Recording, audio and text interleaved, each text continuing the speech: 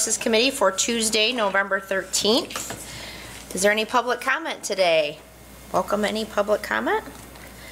All right, seeing none, we will, I need a motion to approve the minutes from October 23rd. Move it. Moved by Commissioner Vonk. Support by Commissioner Steck. All in favor say aye. Aye. All passed. All right, moving on to item 3, fiscal services performance measurement, 5-minute update. Welcome, Steve. Good morning, Commissioners. It's time for our 5-minute update this year. As you should know, fiscal services is in charge of several divisions and functions.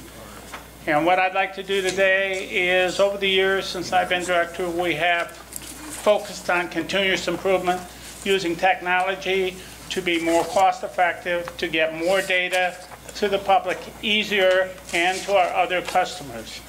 And what I'd like to do is highlight one of our divisions and how we have put that technology to use to make it better for our customers and the public. One of our divisions is purchasing, and that's headed by Cal Brinks, our purchasing manager. He is also in charge of fleet services, and he's our liaison to the Fire Commission.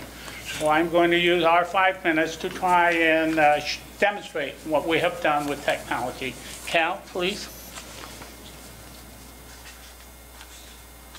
Good morning, Commissioners. As Steve said, you recognize me most likely in my role as purchasing manager. I also manage fleet services and act as your county liaison to the Fire Commission. This morning I'm going to cover 3 areas. I'm going to cover purchasing, Fire Commission very briefly, and then fleet services and our 2017 accomplishments.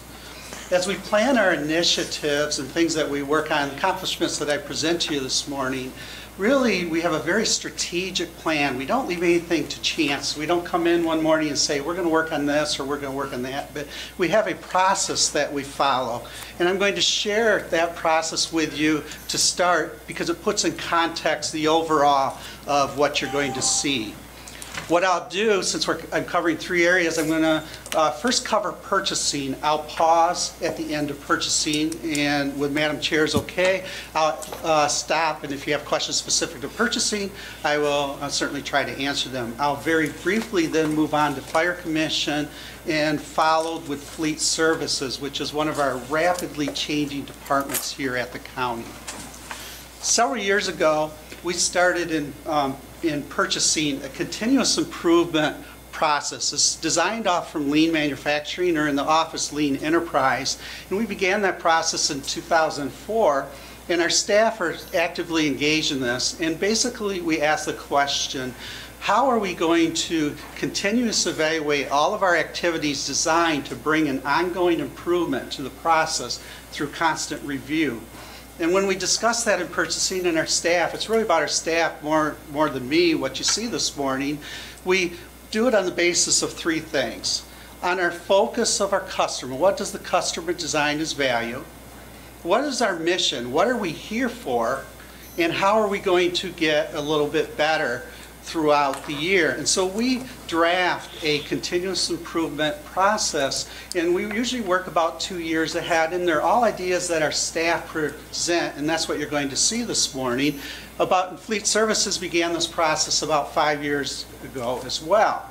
After we design or make recommendations from a customer vision and our purpose, why are we here, we develop a plan, a strategic plan, and then we sit down with administration. Our past and current administrators have been very supportive, and Steve Duarte supports it. And we sit down at the beginning of the year and we prioritize and we develop initiatives answering the question, when we started on January 1st and we close the doors on December 31st, what's going to make us just a little bit better through our processes? It works like this. If you spin a wheel around our customer and move as fast as you can based on mission, engaged workforce, the accomplishments that you're going to see this morning are from the staff. They're really not from me. How do we add value from our customer perspective and continuous ongoing improvement? And I'll give you an example of that. the sheriff department or public works does not really want to pay for purchasing to process 3,000 purchase orders a year. That doesn't add any value to their mission. So part of our plan throughout the year has been, well, how do we eliminate that through technology and process improvement and automation so that our staff can focus on our customer, either internal or external. In purchasing, we began this process in 2004 and have steadily worked on that in fleet services 5 years ago. The one example I use is reverse auctions, very well known. Kent County is one of the few in Michigan and in the country, other than at the federal level, who are able to execute reverse auctions. We didn't come in one day in 2009 and say, let's start that.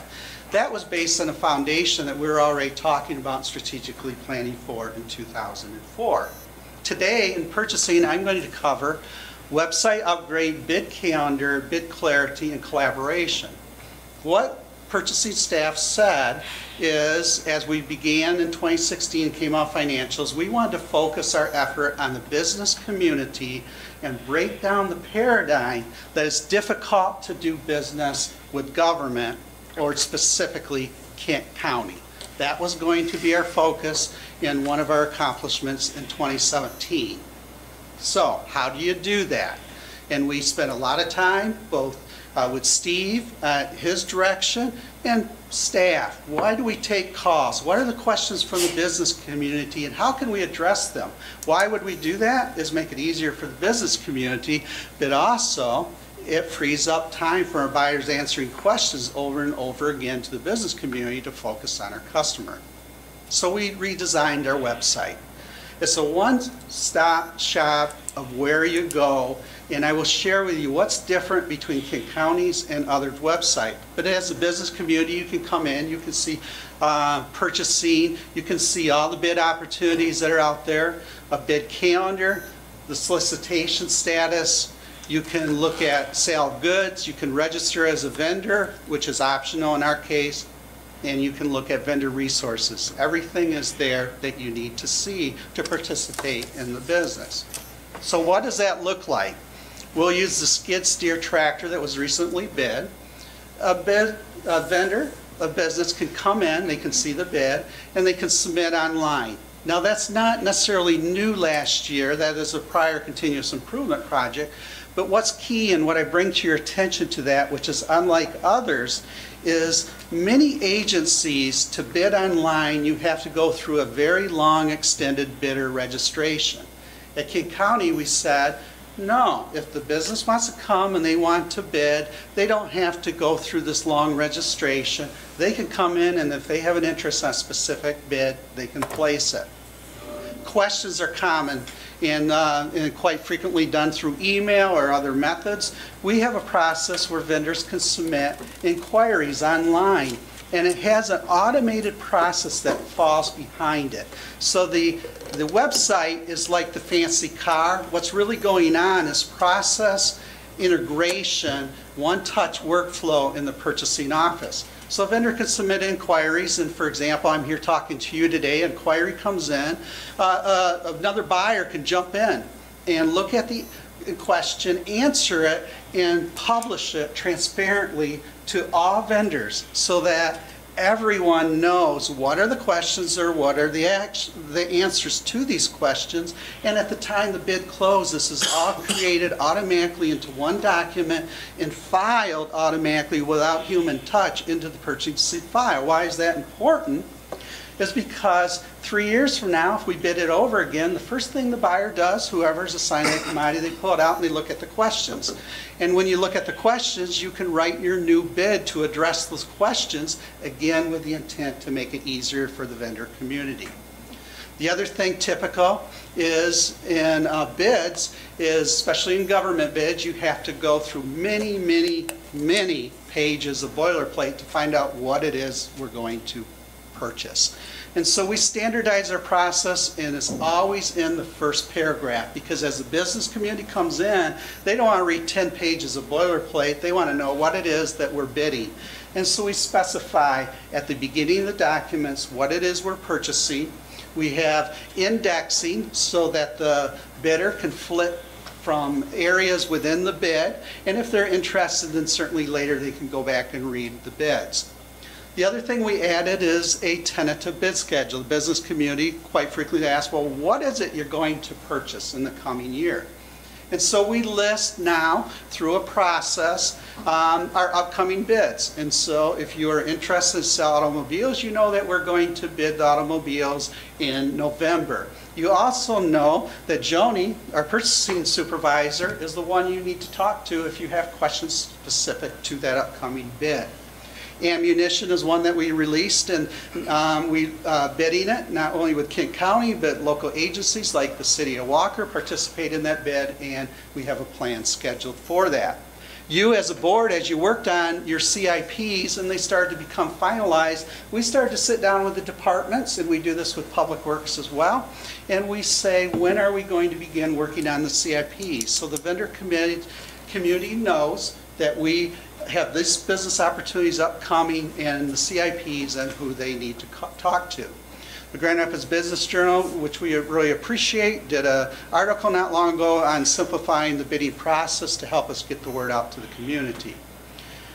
Vendors do not have to register to participate, but if they want to know about bids without coming to the website, we have a vendor registration, and the vendors pick the commodity codes and an email goes to them. Collaboration continues to be a high focus in purchasing. Purchasing has the means and ability through our systems to very efficiently publish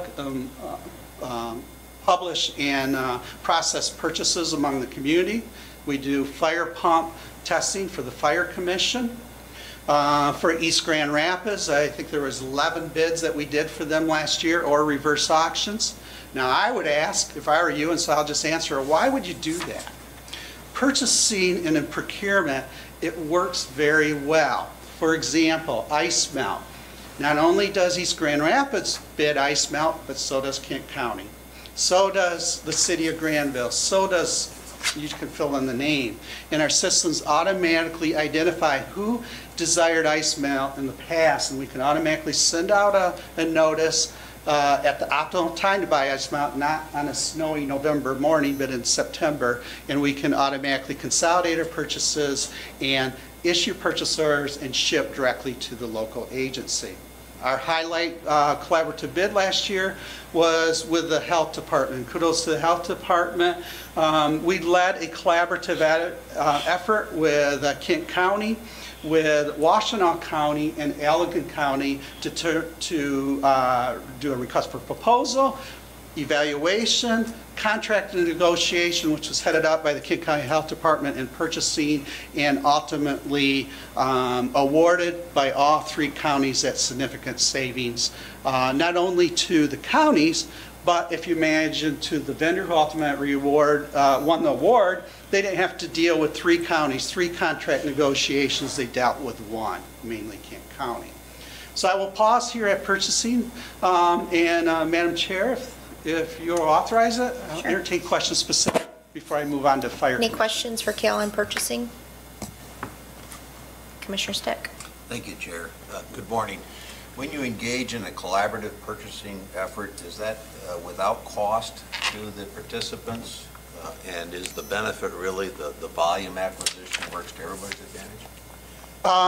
To answer your first question, yes, it is without cost. And we view it, and we continue to measure, there are really multiple benefits. The first benefit, obviously, is the volume, the leveraging of volume. And so we are measuring, and we are seeing results on that, where the volume drives down costs. It also helps the business community because they can go to one source to respond as opposed to hitting 5 different Kent County local agencies. But with that being said, it also causes stress on the margin of the bidders because it is bid at lower margin. So can any other public entity participate in a collaborative acquisition?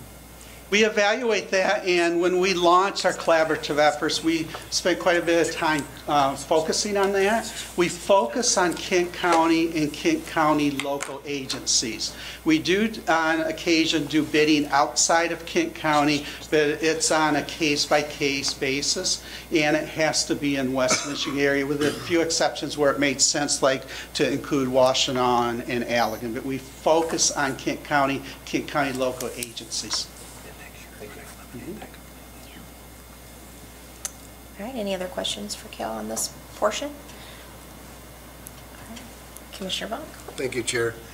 Cal, I've been on the DPW for a number of years, and with purchasing, there seems to be more flexibility today than there was 10 years ago in purchasing product and so forth, and services where, why are we doing this? And sometimes we got the wrong piece of equipment or whatever because it went to the lowest bid, but it wasn't necessarily a better piece of equipment. How does that flexibility fit into your purchasing policy? We spent a lot of time at that, and thank you for asking that, because here at Kent County, we don't necessarily always go with low bid. We go with what is best interest for the county while following Kent County purchasing policies and procedures that you provide for us. However, we don't necessarily go with low bid, we go through qualifications. We do a lot more requests for proposals today than we used to, especially for bigger projects. That gives us the ability to analyze the recommendation as a total award. And so I believe that's probably what you are feeling and seeing. Also, we have really worked hard, and you have seen it here, on the purchasing policies and procedures that you provide for us. In government, that sometimes can be seen as a bad thing, but that actually is our friend. We have really spent a lot of time with Councilor Howell and refining them and giving us the flexibility to deliver quality goods and services to Kent County departments at the overall lowest cost for the Kent County citizen. I appreciate that. From what I see at the DPW, you're doing that, and I think we're getting better product and better services because of that. Thank you. Any other questions on this portion of Cal's presentation? Okay, let's move on. I'm going to touch briefly on the Fire Commission because that's going to come to you next year. The Kent County Fire Commission was established in 1942 as the Kent County Fire Department. Time does not allow me to provide for you the history on that, other than it's quite fascinating, but it's alive and well today. And so purchasing and myself is the county liaison to the Fire Commission and the Fire Commission Board, of which two commissioners serve, and is very active. We purchase fire apparatus every year on a rotating basis, and we have many, many local entities who are members of the Fire Commission. A little bit of trivia for you. If you are out and about and you look at a fire truck and you see Kent County on the door, on the fender, you know that it's a Kent County Fire Commission vehicle. They are still labeled today with Kent County on it. What I wanted to bring to your attention today is the Fire Commission. You can identify it on events as the townships grew, and there's a very interesting history on that. The last event really was in 1978 when the county entered into a contractual agreement with the member departments. And the Fire Commission has operated basically the same since 1978. It was recognized 2 years ago in 2016 that the assessment process needed to be updated, that is buried in that contract. To do that, we need to address the contract. So the Fire Commission Board, the 7-member board, said, let's look at the Fire Commission closely. Let's define the benefits, how it should be governed, should it be changed, the membership, revenues, and a whole host of other things. And so beginning in 2016 and throughout 2017, the Purchasing Office and the Fire Commission Board and many of the members sat down through quite extensive work sessions and redefined what it is the Fire Commission is all about and updated this contract and assessment. This draft contract is coming to the Fire Commission Board. Right now the plan is to bring it to them in December. The reason that you care is the contract requires to be changed 3 things. One, it requires the Fire Commission Board to vote and make the change. The second is to bring it to the Board of Commissioners, and you need to review it and agree or not agree to make the change, and it's coming your way. You're going to hear about, and Commissioner Jones will talk about occasionally at the Commissioner meeting, but sometime this year, early next year, first or second quarter, this is going to come to you in much more detail. And it had a lot of work and accomplishments in 2017 by the Fire Commission Board to get it to this stage. So before I move on to fleet, is there, Madam Chair, if there's any questions of the Fire Commission? Any questions for Cal on the Fire Commission issue? None? All right, we're moving on. Fleet services. Fleet services, Eric Rubritis here on my left is the supervisor and runs the day-to-day operations at Fleet. Fleet is a rapidly changing department here at the county. A lot's happening at this facility. What is happening? For one thing, the county's fleet size has increased rapidly over the last 5 years as additional services have been added. Depending on how you count it, but over 41 vehicles plus other equipment maintained by Fleet Services. Very rapidly growing department with less staff. We have less staff than we did before. So with that, the question would be, well, what are we doing at Fleet Services? And I have put in pictures of many things, but what we do at Fleet Services is we maintain all vehicles, and it's easier to say what we don't do. What we don't do is we don't replace total engines, we don't do transmissions and extensive body work. Other than that, all of the maintenance, all the warranty work is sent out, but other than that, all the maintenance, all the repairs is done in Fleet, and the aftermarket equipment installed in Fleet. So especially in the Sheriff's Department, a lot of electronics, a lot of wiring, a lot of computers and radars, and all of that is installed by the same mechanics who maintain the car in a very systematic approach. The challenges we face are really 2. One is the facility restraints to support the fleet. The fleet is changing. The type of vehicle is changing. And you have heard about it occasionally at the finance meetings that you attended where Steve has talked about the facility. On a busy day, the cars are all kitty corner in the fleet. The hoists are full and you can't fit fleet cars in, and to move them around very difficult. The other is capacity to support the increasing fleet. There is something we can do about that, and we have worked on addressing the capacity of the fleet through process improvements and technology, as I described earlier in this session. First, briefly on the limitations, what's changing? The vehicles are much larger. Community asset buses are very large, and others, and we can't lift them on our hoists. Our hoists are not strong enough to lift them, and even if we put new hoists in, really the limitation is the ceiling, the room and the ceiling. We can't lift the vehicles up off the ground very far because we'll put them right through the ceiling if we even had hoists that could do that.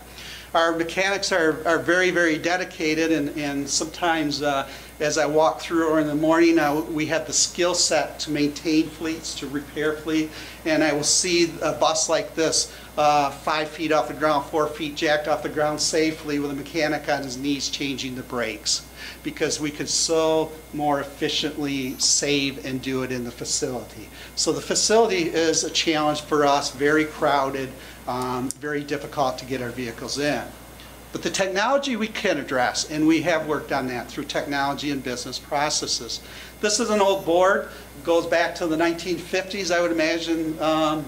I would be told by the Sheriff Department, but when a vehicle, big fleet, car broke, the officer came in, they put an arrow pointing down, hung the keys up, and wrote on the board what's wrong with them. Well, that's not efficient, because other officers come in, big fleet coming in and out, you don't know what cars are broken, what's not. Fleet Services is going up, looking at the board. And so we launched last year a new automated process, and it basically looks like this. It has a front end, so if you're within county network and authorized by the sheriff department, and if a car breaks down at 2 o'clock in the morning, brakes go out, or whatever it might be. That's not likely, but we'll use that as an example. The officer puts in the computer that the car is down. It automatically creates a work order in the fleet software system. When the mechanics come in early in the morning, it tells them with a work order that the vehicle is down. Our goal is to maintain vehicles, number one is safety, always, but to keep the fleet on the road. That's our goal. And it looks like this. So there's monitors now in the sheriff department. There's a monitor if you're walking fleet.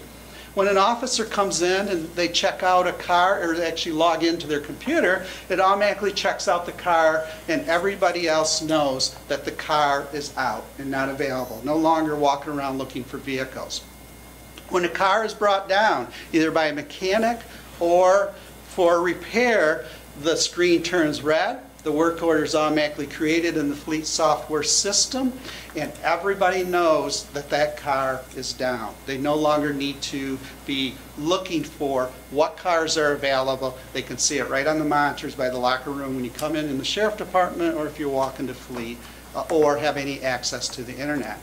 The other major milestone last year in fleet is we have 2 10,000-gallon underground tanks that were substantially old, and one of them showed wear. These needed to be replaced, and you may recall that you approved that as a CIP.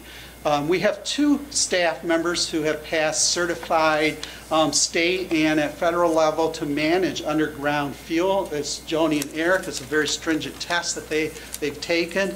And them, along with assistance from facilities, from Mr. Giano and the Sheriff Department, Steve Hodenko, those tanks were dug up last year. And they were bid, and they were replaced with new tanks with double walls so that they don't have a spill and we have a catastrophe with environmental.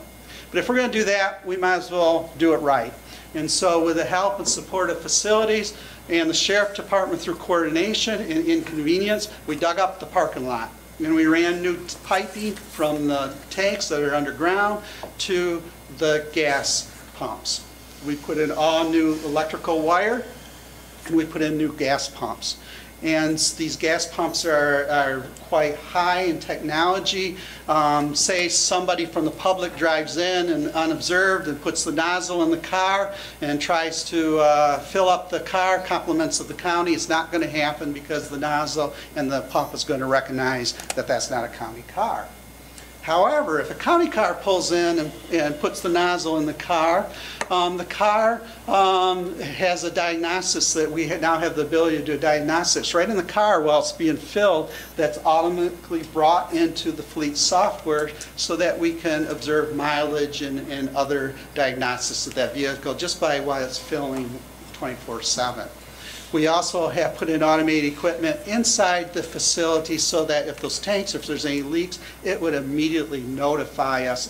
Even just a small drop or a gallon of fuel is missing, we're going to notify it immediately. We decided to address the parts room, and following the lean enterprise manufacturing process, we updated the parts room and everything is organized and labeled. But in addition to that, we said, well, why waste the motion of the mechanic from going to the car to the parts room? So we brought the part room where we can to the car. We made the mechanic mobile. We put the tools on mobile, and the parts that are used all the time are brought into the fleet.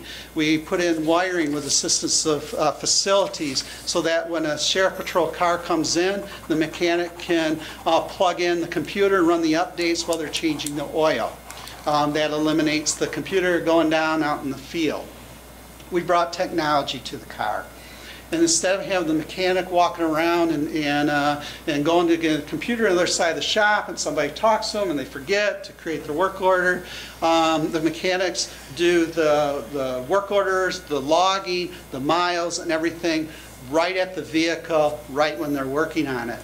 Why is that important? When they click final on their work order, That monitor in 60 seconds says that car is now available and ready to be taken out. So we continue to work on our processes, our technology in the garage to address the growing, and we're fine. We're doing well. Kudos to Eric and his staff who have come up with these things, and thank you to Steve especially, who helps support them through cost-saving initiatives. We have offset that with installing technology. So with that, I come to the end. If there's any questions about fleet services, I will try to answer them. All right, any other questions for Cal on fleet services or any other purchasing issues? Commissioner Stack? Thank you, Chair. So with respect to the increase in fleet vehicles, is it your expectation that that trend will continue in the future, or are we flattened out? Do you want to? Yeah. Well, the answer is from our perspective, because we're focusing on our customer who's adding services. We don't spend too much time other than dealing with capacity and making sure that we can support our customer. However, as the county has added services, and you've seen them come across your desk, the answer is yeah, I would anticipate the fleet will continue to grow. Maybe not quite at the rapid rate that we have seen in the past, but yes, the fleet is continuing to grow. And is the bulk of that in the Sheriff's Department? Well, there was two events. The Sheriff Department is growing, and you've seen that through actions to support the schools, and we want to do that. We're supporting the Sheriff Department's role. There's also another major event that recently happened. That was the addition of Community Action, and that brought, I believe it was 9 vehicles, mostly buses, into the fleet. Those were maintained outside before they came to Kent County. We have the skill set and mechanics' ability to maintain them at substantially savings to that department if we can get them in, and we're slowly bringing them in as much as we can versus outsourcing them. Okay, thank you. Any other questions? Commissioner Womack? Do they have any netbooks or notebooks? They're still using laptops in the fleet? In the fleet, we're using Toughbooks in the fleet itself. And the reason we're using Toughbooks, they're similar to the ones that are in the patrol vehicles. Number one, it's a very rough environment. And so if we drop them, they're the most likely ones to survive. But also, they're very consistent with the computers that we maintain in the fleet. In the office, we use, we have a desktop, and we have Surface Pro, a Microsoft, and in purchasing we use Surface Pros. And the Toughbooks, are they touch screen? Yes. Okay, thank you. Any other questions? All right, seeing none. Thank you so much, Cal and Steve. Just wanted to thank you all for your attention. This was just the tip of the iceberg of how we've used technology in the department-wide. Be happy to discuss with anybody at any time they'd like. Thank you very much again for your attention. Thank you so much. Great presentation. Appreciate it. All right, moving on to item 4, Kent County Community Action. I will call up Susan Cervantes.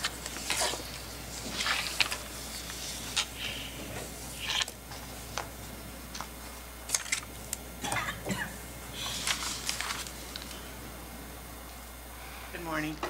Good morning.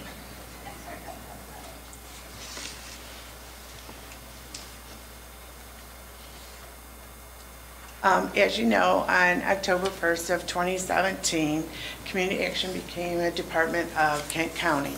And so we have celebrated a year now.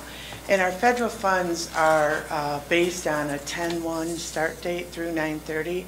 So this presentation is going to reflect our full year in the county, because most of our funds are in that program year. It's just easier to give you a full operational year than to split the years by the calendar. So you've got a full year coming at you. And this presentation is going to be like the other county department presentations, show you the alignment with the board priorities, our metrics. And for community actions, our metrics have been measured since 1998 in a system that's called Resorts-Oriented Management Accountability, or ROMA, because you know our world is full of acronyms. And so doing these metrics and everything was like an old hat because we've been doing them for 20 years. So I hope that they fit into the county's structure. I'm going to talk about the significant budget issues, significant accomplishments, key collaborations, and a look ahead. Our priorities align with three of yours, and one is to have stable and predictable revenues to cover our expenses, and that was one of the goals of the transition, was so that we could braid resources and have the resources meet the needs of the customers as well as the department. We provide our services daily through the most efficient means that we can. We offer the best customer service, and we believe that we offer a high quality of customer service. And we seek out innovative solutions and address issues systematically related to poverty, because that's our national goal. We have a local mission to eliminate the causes and circumstances of poverty by investing in individuals and families with lower incomes. And through our dedicated staff and community partnerships, we provide services, resources, education, and advocacy to improve the quality of life for all residents of Kent County. We are part of a national network, and so we do have a national promise. We are one of 1,000 community actions nationally and one of 28 in the state of Michigan. We are the fourth largest community action in Michigan. The first largest, of course, is Wayne Metro, Oakland, Livingston, Macomb, and then us. And Macomb and us are pretty tight, so we'll have to see what happens with the census in the next 2 years, because we might become the third largest. You never know. So our community actions were established by the War on Poverty, signed into legislation by Lyndon B. Johnson on August 20th of 1964. It was President Kennedy's idea, but of course, you know, he was assassinated, so Johnson went with it, and that's how we are. There has been community action in Kent County since 1966. It started in a little house across the street on Sheldon. We're still on the land that we have been with our nice new building. So we're at the Human Services Complex, but it started across the street in a little house in 1966. So we have celebrated our 50th anniversary in Kent County, and we're working on our 24th year in Kent County. We do have focused service areas, although we do have a lot of services that I would need probably 2 hours to expound on all the great things that we do. So for this presentation, I kind of held off on everything and kind of got a focus to where we do really good things. And our first focus is housing. We provide services to address homelessness on one hand and home ownership on the other hand. So everything in between. We start with trying to prevent homelessness by providing financial assistance to households of low income for utility shutoffs, rental arrearages, and mortgage payments. Last year, we gave out over $1 million in homeless prevention in the way of utility shutoffs, rent arrearages, and I think we had 7 mortgage payments too, which is rare for us on the mortgage payments, but they aligned with the guidelines for the grants. So we did assist 1,415 families. Unfortunately, for the year that's coming, the state has gone in a different direction as to how to distribute the funds, and so next year we're going to be quite lower. We have a prediction of about 473 families that we're going to help. We also run, as the Kent County Housing Commission, we have housing choice vouchers that are available. They are what you might know as the Section 8 vouchers, but that term is not a great term anymore. It's not politically correct because the Section 8 is a dishonorable discharge from the military due to mental illness. And so they've really asked us to call this program what it is, the Housing Choice Voucher. It does give all the residents who have it a choice in their housing. And so it's a good thing, and we're trying to put it into a positive light.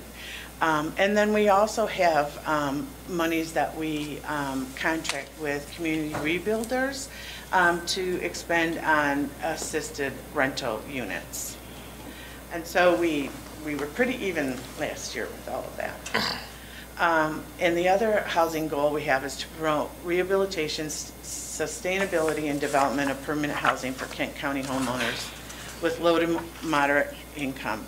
And what we do is we do minor home repairs. We do, and those are like up to $10,000 if somebody needs a furnace, a water heater, perhaps a roof replacement, and it can be done under $10,000. We partner with Home Repair Services for that service. We also do access modifications, which are if someone needs a wheelchair ramp or maybe their bathroom shower adjusted for their wheelchair, or maybe sitting in the shower versus standing. We also do that. And then we do have a program that we run internally that's for up to $25,000 of home rehabilitation. That's based on need. And then that amount can be increased if there's lead issues in that. We also are working with the city of Grand Rapids on their Children's Health Improvement Program, and that's for identified children with elevated blood levels. So we're trying to address things in the home that could improve the home and maintain the residents. The second service area that I would like to talk about is that we offer the USDA foods to supplement the diets of Kent County residents. We have two programs. We help the seniors on a monthly basis. You have to be 60 or older. And then on a quarterly basis, we have distributions for the general population. In the monthly distribution, we provide the seniors a box of food which is nutritionally balanced, and we distribute from several sites in the county. I believe we have 48 sites that we distribute to. We have our site at the complex, and then we have pantries, we have senior housing project places such as Grand Ravines, Leonard Terrace, and that's throughout the county. And then we also give the food to the senior food programs that are around the county. On a quarterly basis, we distribute about 17,000 units to households with incomes that are at 130% of poverty or less. This is a self-declaration program. We have had changes over the year for this program, and all people have to do is come in and say that they're hungry and that they would like some food, and then they sign a piece of paper, and we give out the distribution.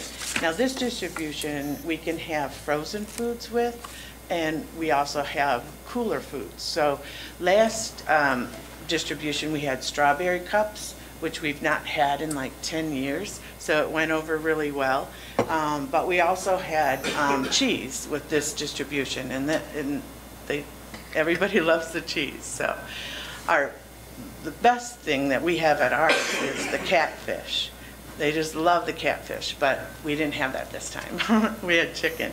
And there were sad faces that it was chicken versus catfish, but we went on with it. So we do about 45,000 around that units each year for that program. And that program has been really kind of cool because we've had the best partners with that program. We've had Human Resources. I want to thank Amy Rolston for letting her staff come over at night and help us at our distribution. We've had the Ottawa Hills football team come over. And actually, I believe that you were given a link to the video that was made for that day. And Miranda from Wood TV 8 picked it up, and then we did a pep rally over at Ottawa Hills with the football team, and then she put it on her site also. So you might have seen the benefits of that partnership. The best part of that partnership was that those kids came in and they went through our line within an hour and 40 minutes, a line that usually takes us about 4 to 5 hours to clear out because people start lining up at 10:30 in the morning, and they had that line down before 3 o'clock, and they were leaving at 3 o'clock. And it was just great. And the other best thing was that most of them and their families could have qualified for that food, because they have an 87% reduced lunch rate, and so that's what we are serving with that food. We also, last time, had the Grand Rapids Fire Department come in, and they had 4 trucks, so the kids that came, they gave truck tours, but they just got in there and worked, and everybody had a great time because they were in uniform, and they didn't get called out, so that was a good thing, because they said they could only help us if they didn't get called out. And so we really got our line down.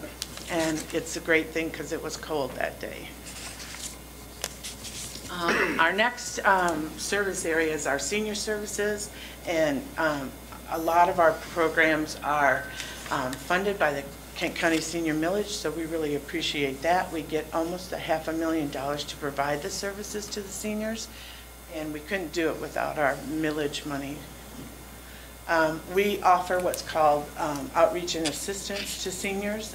We have primarily a monolingual staff and caseload. We provide Latin American seniors with outreach and assistance. We first do an assessment for all their needs, then we make referrals, and we case manage them. We have, over the years, we've helped with homelessness, we've helped people with hunger. We've, there's been a couple times when we've gone into the house, we couldn't find the senior and they had fallen. We've saved a couple of lives. We've called the ambulance. We're out there and we're learning what our seniors need. They've got, there's 6 of us that speak Spanish at the agency, which helps out because at any time somebody will be at the office who is monolingual in Spanish, and so with our Older Americans grant, we're just doing Latin American services. This year, though, with our Older Americans grant, we were offered the opportunity to provide services to Native Americans because one of our staff members is Native American, and she was able to connect with the Native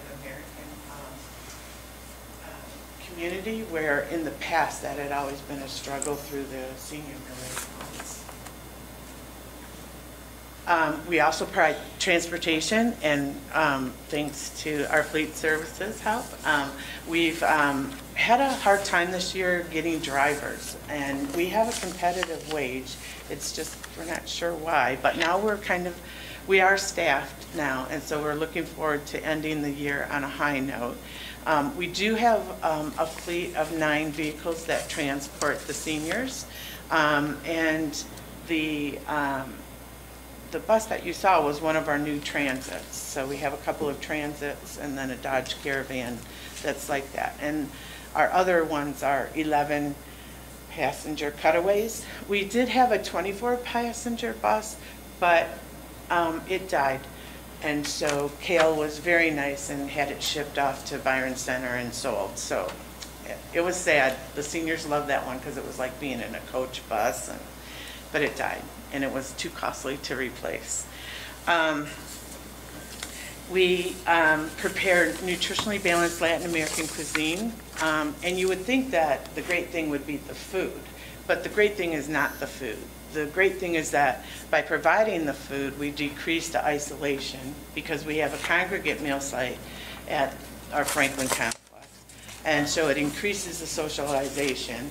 Our seniors like to come in, they play loteria, dominoes, they crochet.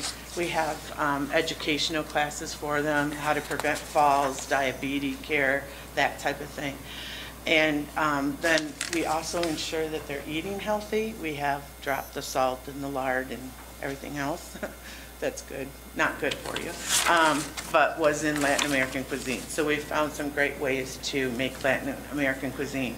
And the best part about it is that our seniors who are in this meal program are mostly Latin Americans. They grew up eating a certain type of food. And several of them have said they would not eat anywhere else because they don't know the other food. And so really the food is that comfort of what they know. Yes, there are like 7 different kinds of rice, and each community, like the Mexican rice, the Spanish rice, the Cuban rice, did you know that the Dominican Republicans also have rice? I mean, every day there's a different rice on our menu, but we try to meet everybody's needs with whatever we prepare. And so, and you're more than welcome to come over and eat with us any day, and I'd give you a tour. The food is great, and so they keep coming back. We serve about 120 meals a day, and that would be in the congregate site, and then we also do home delivered sites so that the people can maintain their independence in their home. And the last area I wanted to focus on was self-sufficiency, and we provide services that empower self-sufficiency, and we are part of a VitaTax site. We're the collegiate site for Kent County. We have done this for over 17 years. We prepare the income, the returns, and it's usually 4th year financial accounting students from Davenport, Baker, Calvin, and sometimes Grand Valley. They have to get 400 hours of services before they can graduate, and so they put in those hours at our site. Last year we prepared about 2,300, and by doing so, we returned about $5 million in credits and returns to the community. This is one of our busiest programs that we have because we have to sign everybody in and have everything open. If you've ever seen us on April 14th and it's a Saturday, we're open. You know, on those days, we're doing about 200 returns a day. So, we are going to have this again next year, so make sure that all your constituents who you think would avail themselves to this service, they can come in and make an appointment, and it's starting January 23rd if all federal guidelines are put in place by then. And the other self-sufficiency program that we were on that you wouldn't think would be self-sufficiency is our weatherization program. And that's when we go into houses and install measures to provide for energy efficiency. So we decrease energy consumption and we educate the household about energy saving practices. And so that's why the Department of Energy classifies it as a self-sufficiency program rather than a housing construction program. Last year we were expected to do 95, we squeezed out 99, and part of that number is also we provide seniors with our Kent County senior millage who are above 200% of poverty until 250% of poverty, the service also. And without that funds, those households would not be able to get their homes weatherized for free. So our significant issues for the budget were that we are federally funded, and so that resulted in a continuing resolution and a delay in not receiving our funds, unfortunately, at times. The funds that we're really waiting on are our Michigan Department of Transportation funds. We have 2 buses that are on order. We have 3 more on order, but the funds weren't released. And our fleet vehicles are aged out. So that's why we really do depend on fleet services to help us out. When those buses start coming in, we'll look brighter and we'll function a lot better. The other significant issue is that we have an inflexibility of funding resources, and that means that, you know, our resources are great and many, but they have restrictions. And if you're 1 penny over the eligibility, we cannot help you. And so for like our community services block grant services, you have to be at 125% of poverty or below. If you're at 125%, 0.1%, you can't get help. And that's where it just kills us not to be able to help some people, but we don't want to have our funding resources revoked if we're wrong or have disallowed costs. So this has been like this forever, and we know that we're there to help the most vulnerable.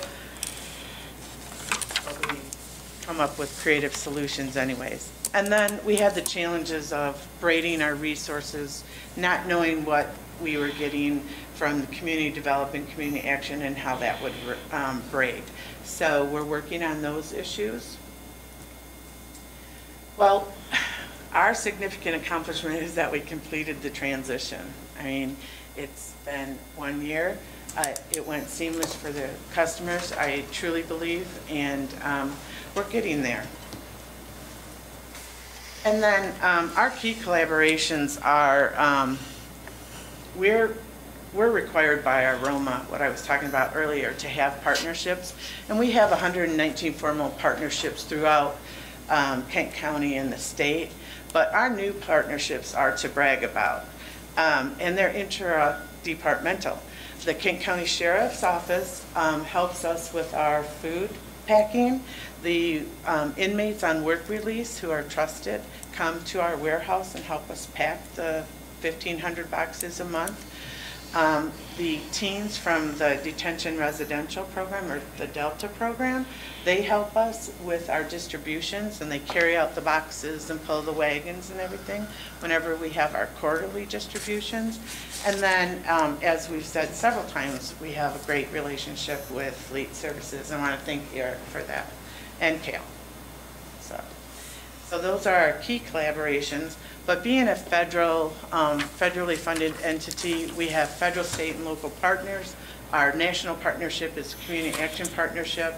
Our funding through the federal funds are funneled down through the Michigan Department of Health and Human Services, and the department is the Bureau of Community Action and Economic Opportunity. And then we have HUD and Department of Energy, and then our local partner, one of our biggest, is the Area Agency on Aging of West Michigan. So to look ahead for next year, we're going to be conducting a countywide community needs assessment. This is required by our Community Services Block Grant. We'll also be working closely to help address the homelessness crisis with families by utilizing our prevention dollars. We will be addressing the growing number of seniors and their needs, and then we will continue to address the issues of poverty. Thank you, Susan. Any questions? Commissioners Ponstein. Thank you, Chair Bolter. You had mentioned your home-delivered meals. How does that differ from senior meals? And is there any room for collaboration instead of having 2 separate kitchens, 2 groups delivering meals, that it couldn't be just done by one? Well, their food is American food, let's say, and steak and potatoes. And the people that we deliver our meals to are Latin American seniors, so they have a special dietary need of having their cuisine for their comfortableness and eating. And so we've been providing this service for 30 years. We're the only one in the state that provides this service. And it really is our specialty, so combining it wouldn't work. We do have 11 customers that prefer our food over the senior meal program food, and who have signed up with us for the home delivered meals. So it's offering a great alternative to customers who, if they were to get the other food, may not eat them and may not have that nutritional balance in their diet. So your USDA boxes that you deliver, is that U.S. farm surplus, or does that come from anywhere in the world? No, it's U.S. Department of Agriculture farm surplus. Thank you. Commissioner Skaggs. Thank you, Chair. What do we do to get the word out to people who are eligible for these services, that these services exist? I was just looking on Facebook and couldn't find anything, so I just wondered. Right. Since the transition, our Facebook page is not in operation, but with the new hire of Lori Latham, she's going to help us with our Facebook, because when we were at Asset, we had somebody that was dedicated to our Facebook. So we're looking to get that upped and working.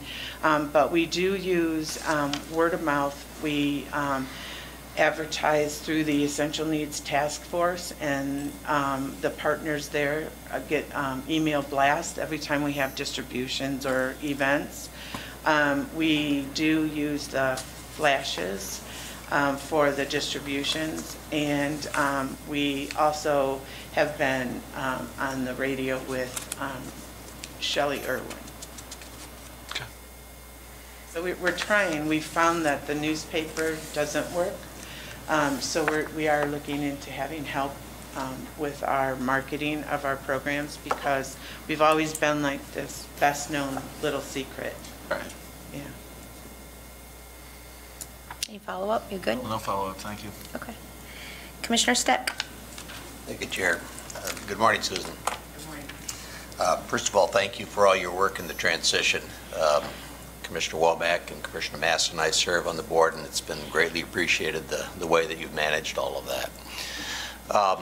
Also, we have of course talked about the fact that the food service that you provide is unique and it's different.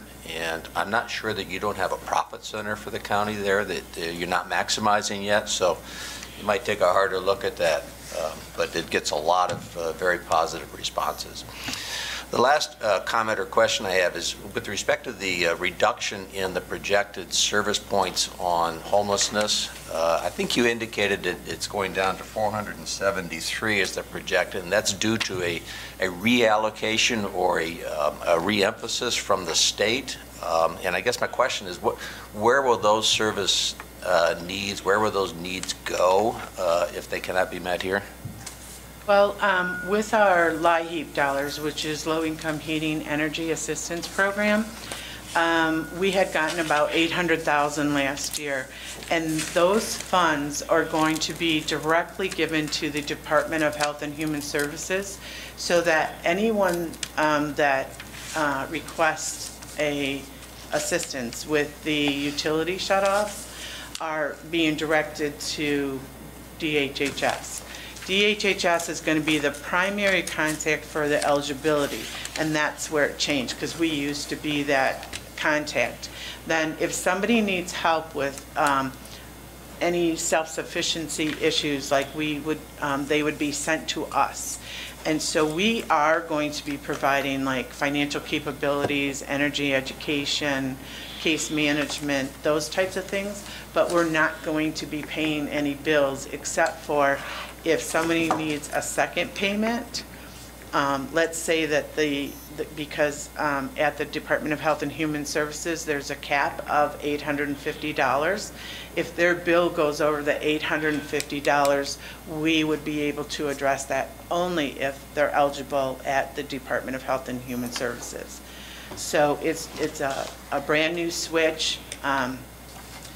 We were told we weren't getting any money, so we didn't plan for any money, but we are planning to do the self-sufficiency issues. We were supposed to start October 1st, and we still haven't started on that because there's been so many problems with the MEA, which is the Michigan Energy Agency, used to be MPSC. There's been like just several issues. So unfortunately, what we've been doing, if somebody's come in and they've been desperate and things, we've been using our Walk for Warmth dollars that we have as our donation event, but they're dwindling. But to some extent, then, the funding is simply being redirected in an alternative way, and maybe getting back to something that Commissioner Skaggs had raised, identifying, make sure that the community is aware of that redirection and where to go. Yes, we are, we have 11 certified community navigators, and so we can help whoever walks in the door to apply for those funds. And so that's part of the whole process. They were afraid that people would be challenged by having to apply online, and so they asked for community agencies to help with that. And so I do have 11 navigators on staff. Okay, good. Thank you for your good work. Thank you. Commissioner Womack. Yes, just want to thank you for your work, and want to join Commissioner Steck in saying I'm very happy and proud to be on the board with you. Very happy to see the collaborations you do, especially with the high school, giving the youth a chance to have some civil engagement and volunteering and getting a chance to see what the joy is of, giving back to your community. Few questions I had was, one, who was Shelley Earp? Shelley Irvin. She's, I'm not sure. She's on the public broadcasting, and she's located in the Grand Valley Tower. Okay. It's her show. Okay. Yeah. Okay. Shelley Irvin. Okay. And Sorry. and when it comes to, I've managed some restaurants in my lifetime, and when it comes to like doing the different cuisines, are the seniors have to be responsible of knowing their sodium intake and, with these different spices, because a lot of times in restaurant we kind of held back and allow people to, do more of the spicing of their foods themselves just because of some of the medical implications and being Right. eligible if someone allergic, as you're moving to these different type of cuisines Right. throughout the week. And we have taken out the salt and the lard and everything, and so we do some seasoning, but before we introduce or any meal, we have them taste it first and give us recommendations. We did hire a new cook this year who is has her associates and she's a chef. I'm sorry, I can't think of her, but she has introduced 6 new plates to our menu, and then what happens is we have them taste it, give us their feedback, that type of thing, and then we have to have the recipe approved by the dietitian from the area agency. And so it's really been a great year for our food, because in the past, I've been with Kent County for about 6 years, and we've never really had this many recipes that we've developed. So we are looking at how they respond to the food, those types of things. But for some of your regulars, is there anything that they have where they get any type of medical records on some of your regulars? Let's say we know this guy is sugar diabetic, and I know a lot of sugar diabetic, right, and I'm always staying on them about their diet. Is there any records of some of their medical records where the staff gets to know this person may be sugar diabetic, or this person may be lactose intolerant, or their sodium? So if they're not, Right. where they can kind of help. With our outreach and monitor. assistance dollars, we do a full assessment, and that includes a medical assessment.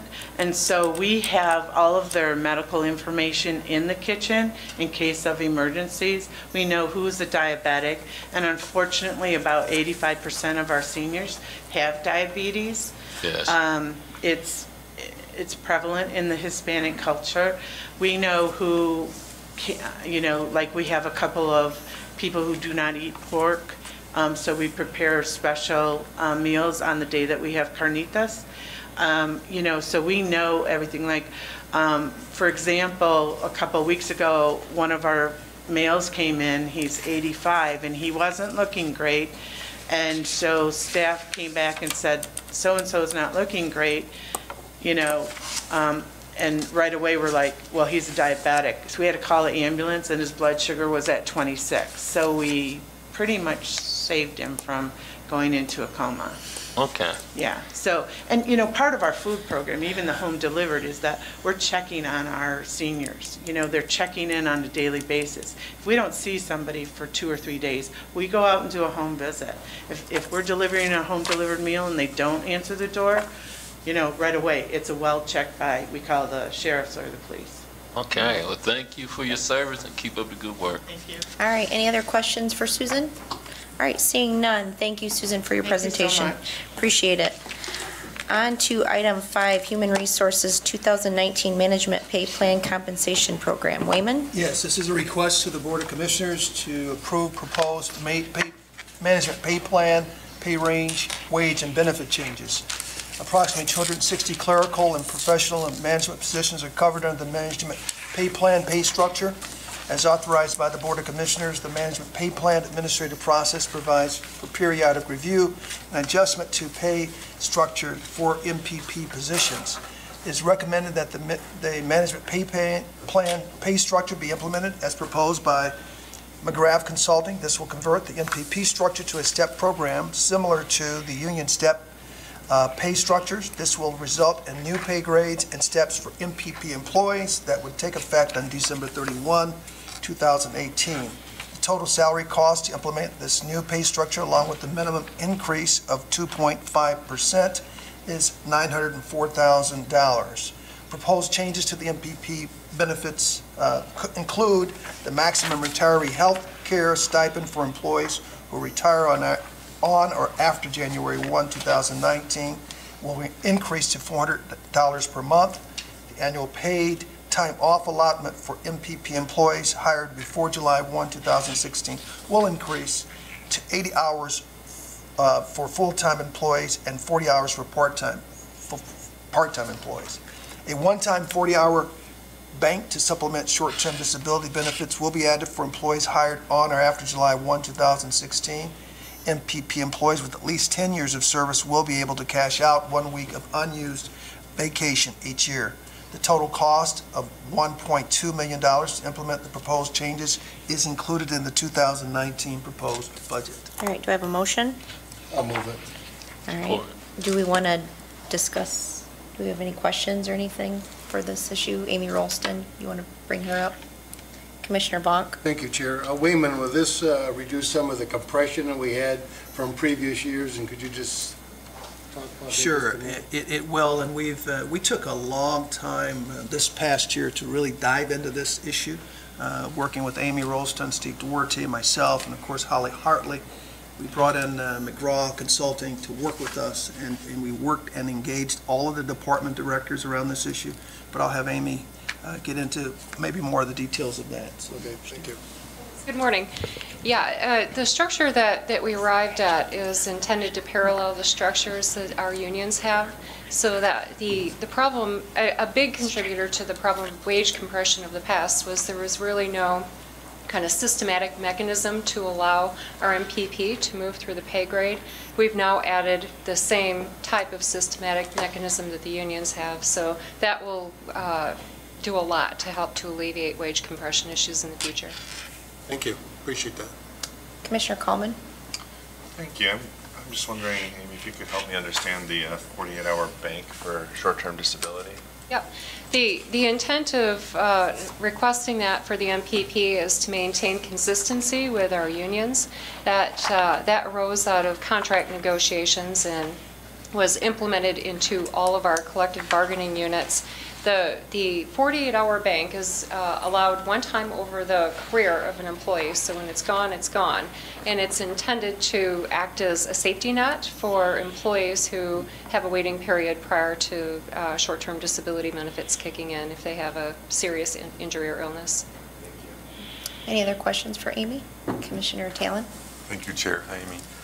Can you help me understand the phrase minimum increase of 2.5% that equals the 904? Yep.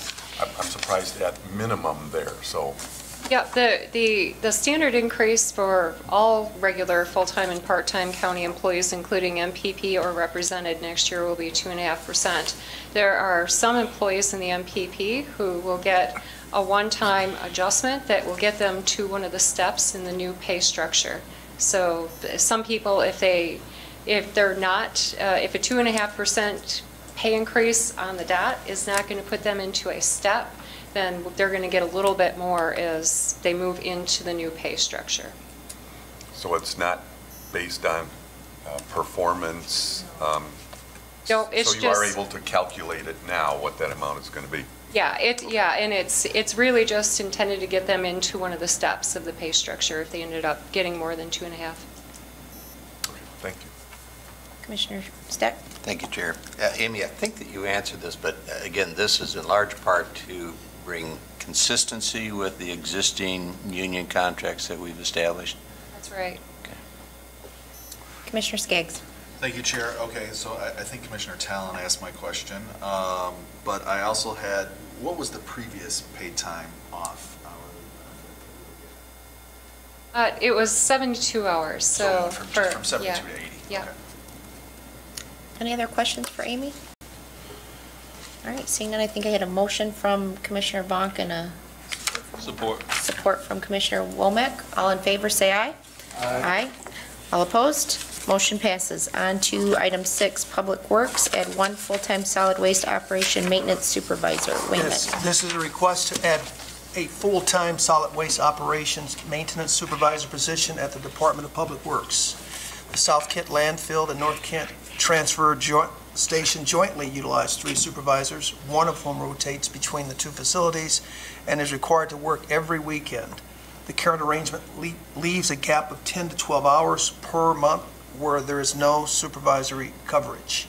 Additionally, 3 retiree rehires are utilized to cover employee absences for vacations and medical leaves at the transfer station. Both facilities have experienced a significant increase in activity in the past few years. For example, between 2011 and 2017, the North Kent transfer station saw transaction volumes increase from 27,798 to 47,529, and increased tonnage received from 60,228 to 101,680 tons. The added supervisor will allow the DPW to assign 2 supervisors to each site, provide full supervisory coverage, reduce the need for retiree rehires to backfill for absences, provide a rotating schedule so each supervisor can take a weekend off per month, and free the supervisor to work with solid waste operations manager to complete special projects and assist with developing new waste diversion programs for each facility. Funding for this position is included in the 2019 Department of Public Works operation budget. Do we have any questions on this issue? I don't know if Dar wants to come up. Dar Boss? Commissioner Skaggs? Thank you, Chair. Dar, this is all coming out, this is not general fund money that we're allocating here. This is just coming out of enterprise fund from the DPW, correct? Correct. Yeah. Any other questions? Comments? Commissioner Talon? Here. I'm assuming that this is some kind of rationalization or justification for, it wasn't mentioned, but for the request? Yeah, what we did is we provided some supplementary information in the action request to discuss how busy it has been at the North Kent transfer station. The chart that you have that we provided this morning gives you a snapshot of the activity at the South Kent landfill and the increase over the last few years. I recognize that this isn't, directly, it's indirectly related to the request, but this is incredibly disturbing to me. Why? I had no idea about this increase, whether I wasn't paying attention, but I don't know that that's the case because this has been an interest of mine since 1992 when I was elected to this board for the first time. And I don't know how else to say that I'm so concerned about. That's an incredible increase there. It is, and we'll share more, I believe, in December about our visioning of their 2030. Oh, thank you. We have a plan. Hold tight. Hold tight. Commissioner Bonk? Yes, the DPW board is well engaged on this, and Dara's got a excellent plan in place, and it might take a few years to reduce that and bring that number back down, but it's separate from what we're discussing today, and that's a recommendation that came from the board for this additional personnel, so. Any other questions or comments for Dar? Welcome to any board meeting you want to come. Seeing none, do I have a motion? Moved by Commissioner Vaughn, support by Commissioner Skaggs. All in favor, say aye. Aye. Aye. All opposed? Motion passes. On to Commissioner Miscellaneous, item number 7 on the agenda. Any miscellaneous today?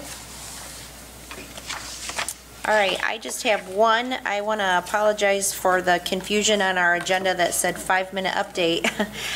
We are kind of working through some potential ideas for next year in terms of limiting the frequency of some of these presentations, but maybe lengthening them a bit. So that was probably a product of today, so I want to apologize in recognition of all of your time today, but we are kind of working around some ideas for next year, so I just wanted to mention that. Any other questions or comments? All right, seeing none, we are adjourned. 12 bottles wrapped up in one box.